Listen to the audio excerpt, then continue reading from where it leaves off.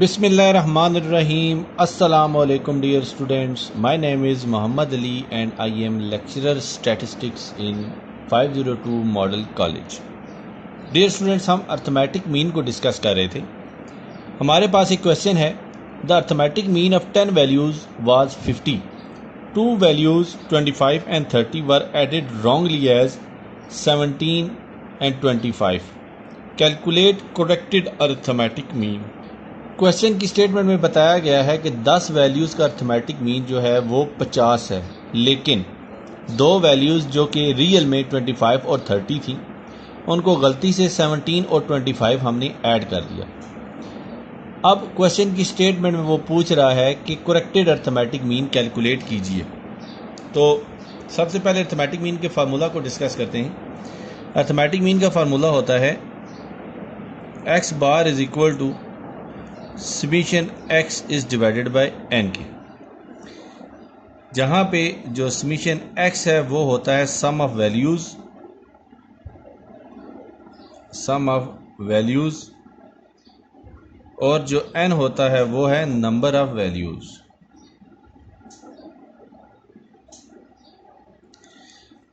अब क्वेश्चन की स्टेटमेंट में वो बता चुके हैं कि अर्थमेटिक मीन 10 वैल्यूज़ का हमने 50 निकाला है, जो कि गलत है. क्यों गलत है? क्योंकि दो वैल्यूज़ जो थी वो हमने गलती से कोई और वैल्यूज़ लिख दी. तो इसका मतलब ये है कि ये जो एक्स बार हमारे पास है ये रॉन्ग है. तो हम इसको एक्स बार डब्ल्यू या एक्स बार रॉन्ग लिखेंगे, इसे रिप्रेजेंट करेंगे और ये हो जाएगा summation x wrong is divided by n के. तो हमारे पास जो एक्स बार है ये क्वेश्चन की स्टेटमेंट में हमें बताया गया है एक्स बार रॉन्ग जो है ये है हमारे पास 50. जो समीशन एक्स रॉन्ग है हमें नहीं पता क्या है. समीशन एक्स रॉन्ग का मतलब ये है कि जो गलत सम आया है, और एन जो है वो हमारे पास 10 है. इसका मतलब है वो जो वैल्यूज़ थी 10 उनका जो मजमूआ गलत था वो था 50 multiplied by 10 is equal to 500. अब हम एक्स बार रॉन्ग को एक्स बार करेक्ट कैसे करेंगे? तो सबसे पहले हम समीशन एक्स करेक्टेड निकालेंगे. ये कैसे निकलेगा? ये निकलेगा summation x wrong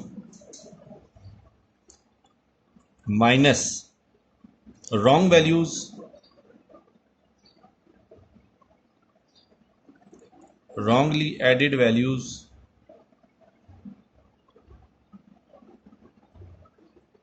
plus corrected values या सम ऑफ करेक्टेड वैल्यूज हम इसको लिख सकते हैं. और यहाँ भी आप सम ऑफ रॉन्गली एडेड वैल्यू लिखें, सम ऑफ करेक्टेड वैल्यूज, ताकि कंफ्यूजन ना हो. अब देखिए हमारे पास जो समीशन एक्स करेक्टेड आएगा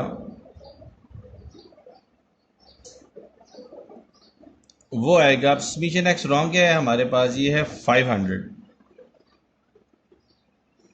minus 17 minus 25 sorry minus 17 plus 25 plus और जो करेक्ट वैल्यू थी वो थी 25 प्लस 30 के. तो ये होगा हासिल 500 माइनस 17 में जब हम 25 ऐड करते हैं ये हमारे पास बनता है 42 प्लस 30 में जब 25 ऐड करते हैं तो ये हमारे पास बनता है 55. तो जो समीशन एक्स करेक्टेड होगा हमारे पास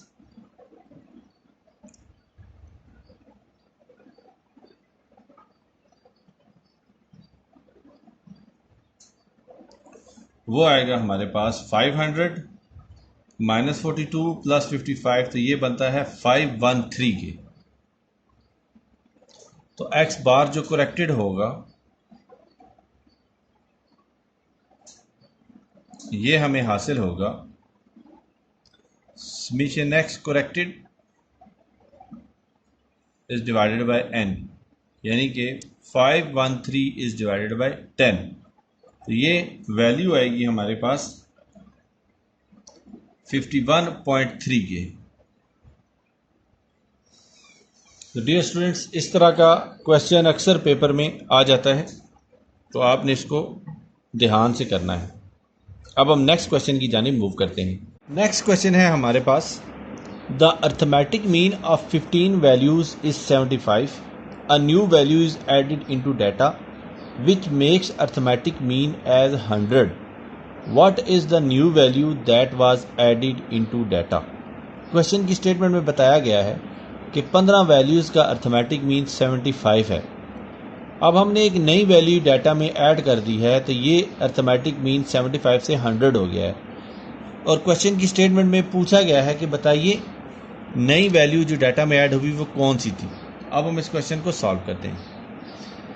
हमारे पास अर्थमेटिक मीन का जो फार्मूला होता है उसको हम लिखते हैं x bar is equal to summation x is divided by n के, जहाँ पे समीशन x जो है वो सम ऑफ वैल्यूज़ है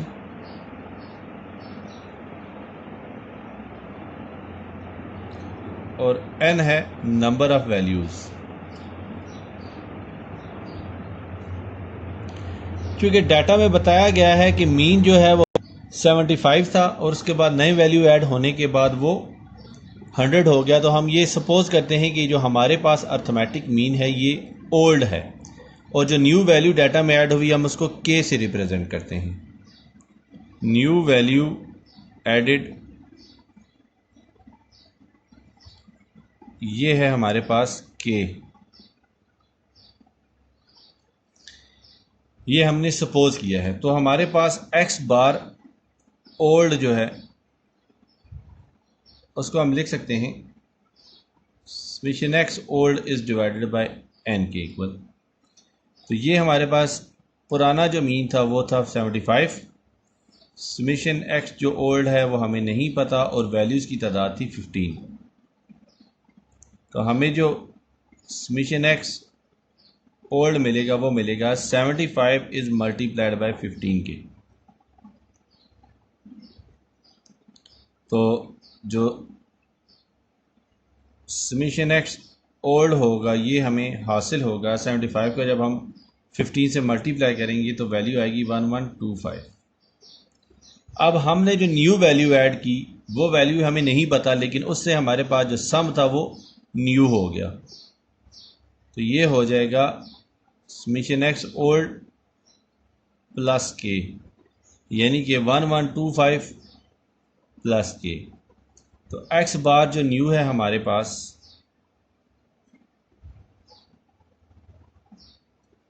ये आएगा summation x new is divided by n।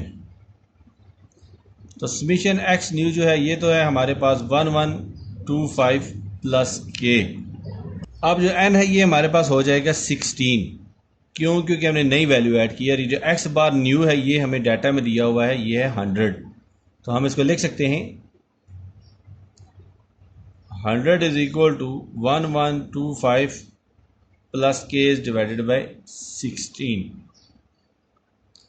तो हम इसको लिख सकते हैं 1125 plus k is equal to 100 is multiplied by 16। तो ये हो जाएगा 1125 plus k is equal to 1600 and k is equal to 1600 minus 1125, और सब्ट्रैक्शन के बाद हमें जो वैल्यू हासिल होगी वो होगी 475। तो ये डाटा में हमने 475 वैल्यू जो थी वो न्यू ऐड की, जिसकी वजह से जो अरिथमेटिक मीन है वो 75 से चेंज होके 100 हो गया। अब हम नेक्स्ट क्वेश्चन की जानिब मूव करते हैं।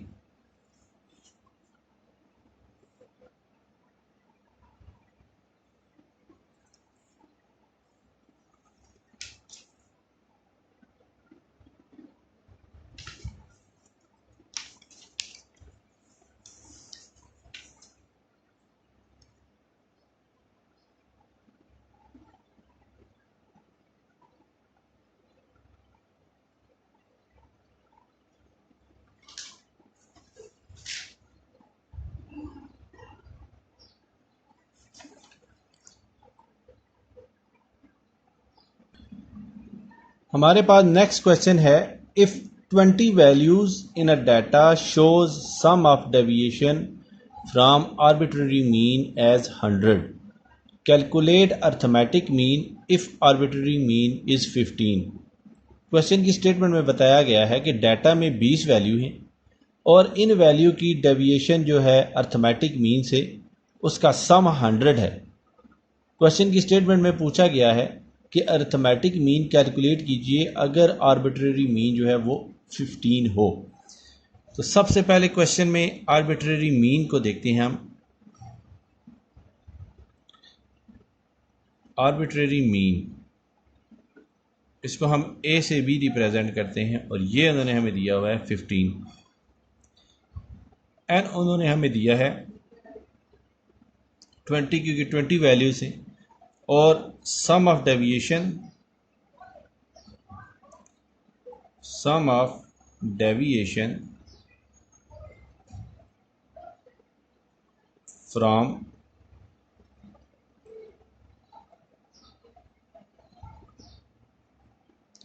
आर्बिट्रेरी मीन, ये भी उन्होंने हमें बताया है और ये है हमारे पास 100। अब ये जो डाटा हमारे क्वेश्चन में दिया गया है, इस डाटा के मुताबिक यहाँ पे जो फार्मूला अप्लाई होना है ये फार्मूला है shortcut method. X bar is equal to A plus summation d is divided by n के। अब क्वेश्चन की स्टेटमेंट में उन्होंने हमें एन भी दिया है और ए भी दिया है। समेशन डी कौन सा है? समेशन डी है sum of deviation from arbitrary mean. तो क्वेश्चन की स्टेटमेंट में हमें समेशन डी भी दिया गया है जो कि है 100। तो हम इसको लिखेंगे x bar is equal to A plus summation d is divided by n की। और डाटा में हमारे पास जो वैल्यूज़ दी गई हैं उसको हम इस इक्वेशन ए में पुट करेंगे। So putting values provided in statement of question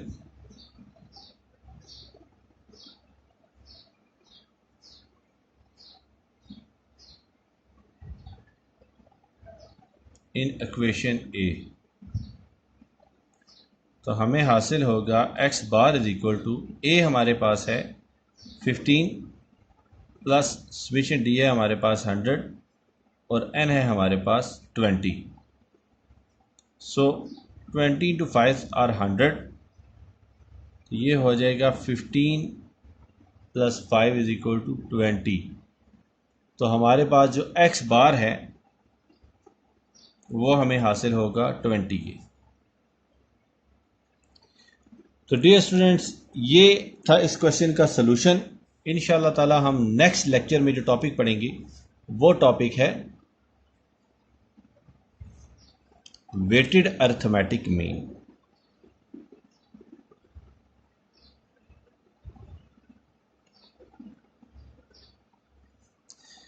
weighted arithmetic mean में उन्होंने हमें मुख्तलिफ वेट्स दिए हुए होते हैं और इन वेट्स के बाद हमसे पूछा जाता है कि इन वेट्स को यूज़ करते हुए आप अर्थमेटिक मीन कैलकुलेट कीजिए।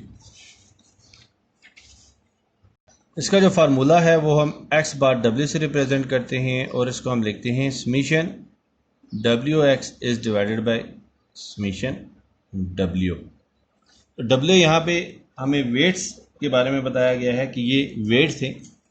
इसके अलावा हम वेटेड अर्थमेटिक मीन के अलावा हम कंबाइंड मीन भी पढ़ेंगे इंशाल्लाह ताला नेक्स्ट लेक्चर में। कंबाइंड मीन का ये है कि हमारे पास मुख्तलिफ डाटा सेट दिए हुए होंगे और उन डाटा सेट का कंबाइंड मीन कैलकुलेट करने का हमें कहा जाएगा। तो इसका फार्मूला होता है x bar combine is equal to summation n x bar is divided by n. यहाँ पे ये जो कैपिटल एन है, ये कैपिटल एन जो है वो सम ऑफ एन होगा। Capital n is equal to summation n i and i is equal to 1 to up to k means कोई भी वैल्यू हो सकती है। अगर 3 वैल्यू होंगी तो के 3 हो जाएगा, यानी कि अगर हमारे पास 3 वैल्यूज़ हैं तो जो n होगा ये हो जाएगा n1 plus n2 plus n3। इसी तरह अगर ये 4 वैल्यू होंगी तो n हो जाएगा n1 plus n2 plus n3 plus n4। तो जितना ये हमारे पास वैल्यूज़ होंगी उतना ही n हमारा बड़ा होता जाएगा। तो डियर स्टूडेंट्स, इंशाअल्लाह ताला नेक्स्ट लेक्चर में हम इसको डिटेल में पढ़ेंगे। अभी मैंने आपको सिर्फ इसके फार्मूला बताए हैं ताकि आपके जहन में ये बात महफूज हो जाए कि हमने नेक्स्ट टॉपिक क्या पढ़ना है। आप भी जो आपके पास बुक है उसमें इन 2 टॉपिक्स को देख सकते हैं कि हमने ये 2 टॉपिक स्टडी करने हैं, और जब आप इन दोनों टॉपिक्स को देखेंगे तो आपको ज़्यादा क्लैरिफाई होगा और ज़्यादा बेहतरीन कंसेप्ट डेवलप होगा इस टॉपिक का। डियर स्टूडेंट्स, दुआ में याद रखिएगा। अल्लाह हाफिज़। अस्सलामु अलैकुम।